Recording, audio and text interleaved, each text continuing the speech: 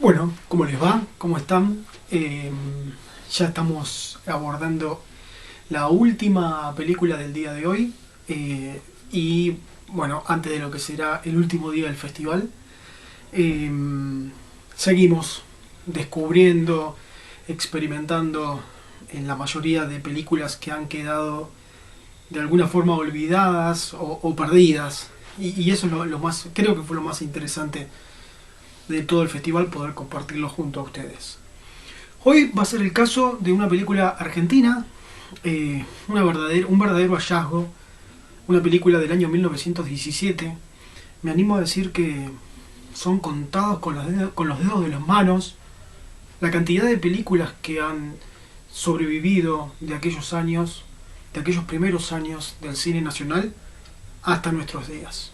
En este caso, lo que vamos a ver es una película de Alcides Greca, un periodista, diputado santafesino, diputado por la provincia de Santa Fe, él oriundo de lo que era en aquel momento el pueblo de San Javier, hoy ya es casi diríamos una ciudad, y que cuenta en esta película que se llama El último malón, de alguna forma se propone contar lo que fue la travesía de los indios mocovíes, de esta tribu de pueblo originario, que bueno, era residente de la zona de San Javier, y que como ustedes saben, y como es historia repetida, por la aparición del hombre blanco, por la aparición de el occidentalismo, fue desplazada, reprimida, subyugada.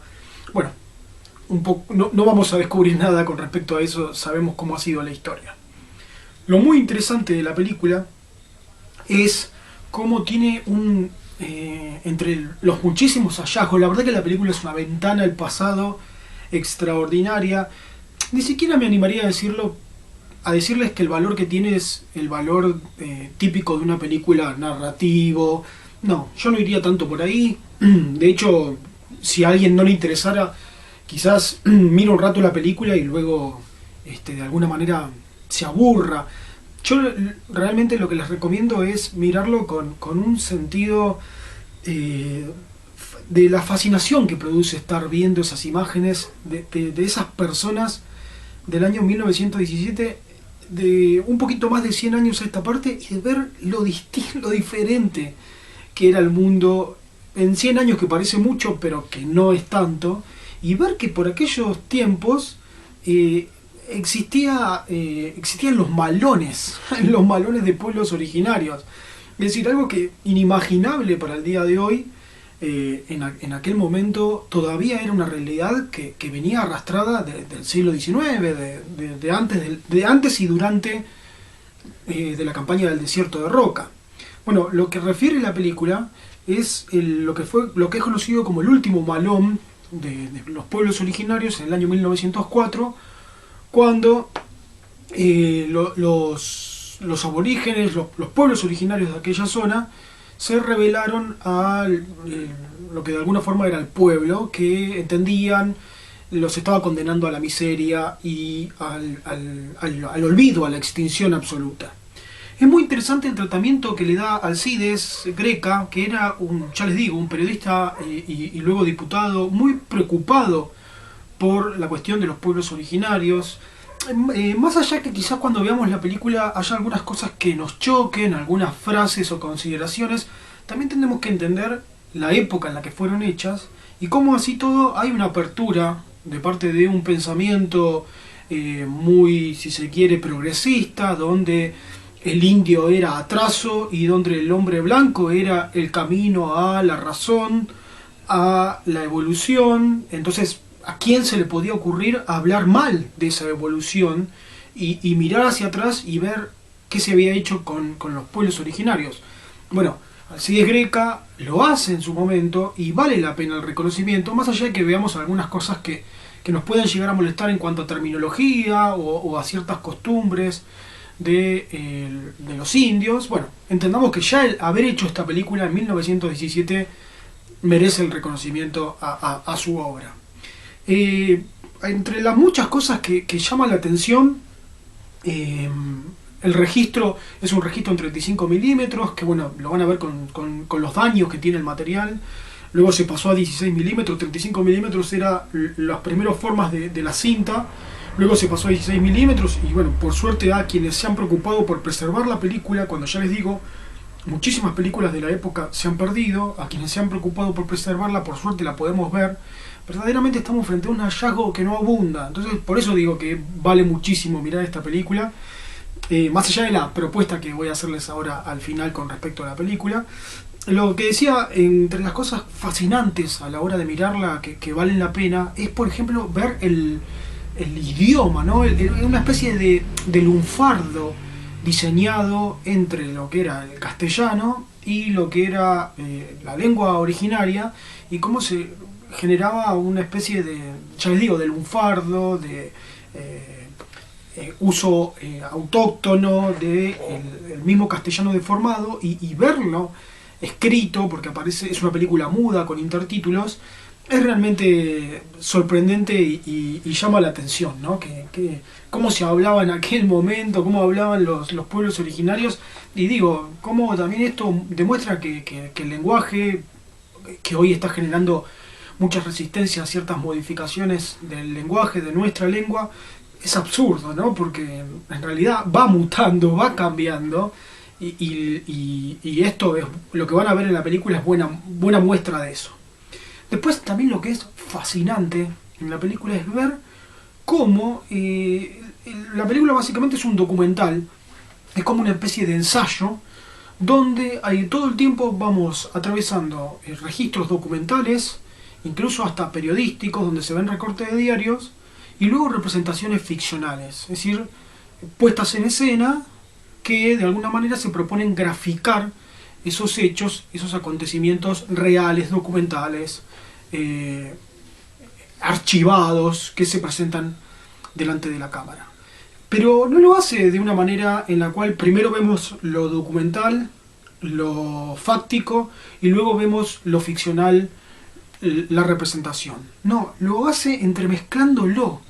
Entonces, realmente llega un momento, es decir, cuando inicia la película, vemos el registro documental y estamos muy seguros de lo que estamos viendo. Cuando en algún momento se recrea la vida de los pueblos, de los indios, creemos que ya estamos entrando en el terreno de la representación, y luego vuelve a aparecer otra vez el archivo documental, luego vuelve a aparecer el registro ficcional, y se van entremezclando, y llega un momento que no sabemos lo que estamos viendo. Si son actores, si son las personas que intervinieron originalmente, si son filmaciones, registros, cosas de la época. Bueno, se vuelve verdaderamente confuso, calculo, a propósito. Se vuelve confuso para, de alguna forma, lo que se propone Greca es llevar esta forma de ensayística, donde ficción y realidad documental y ficción se retroalimentan y le permiten en la película alcanzar magnitudes muchísimo más profundas que si solamente la viéramos como una representación ficcional.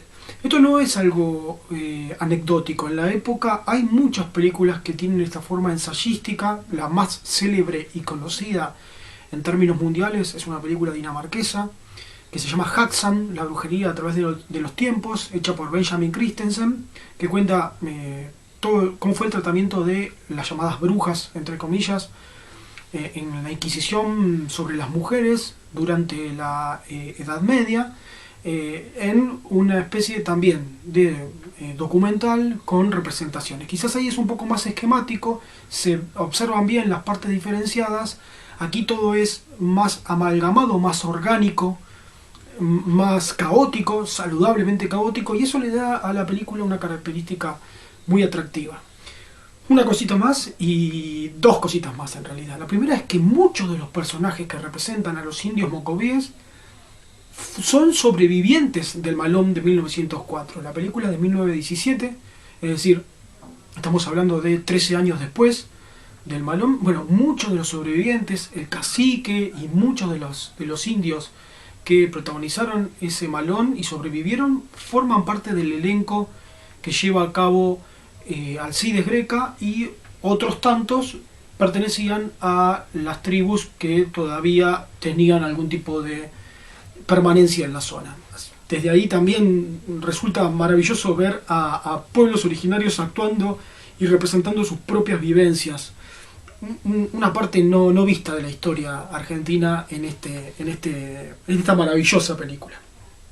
Por último, un poco imitando lo que fue la semana pasada cuando vimos Besnoy en primavera, la película de Kaufman, vamos a hacer un juego porque la filmación que tenemos a disposición no tiene música, entonces vamos a hacer un poco el juego que hicimos la semana pasada, pero bueno, como es una película nacional, lo vamos a hacer con música de un gran autor nacional. Entonces lo que vamos a ver es simultáneamente la película y les voy a pasar el link para que pongan la música instrumental de Luis Alberto Spinetta, todos sus temas instrumentales que de alguna forma van a acompañar a las imágenes de la película y zanjeando, ¿no?, las diferencias generacionales históricas entre la producción fílmica y la música del Flaco. Las podemos zanjear, unir y disfrutarlas hoy. Bueno, para que sea más enriquecedora la experiencia de la película. Que la disfruten mucho, verdaderamente creo que es un documento para mirar con la cabeza bien abierta y ver la película como una ventana al pasado. Nos vemos mañana con el último día del festival.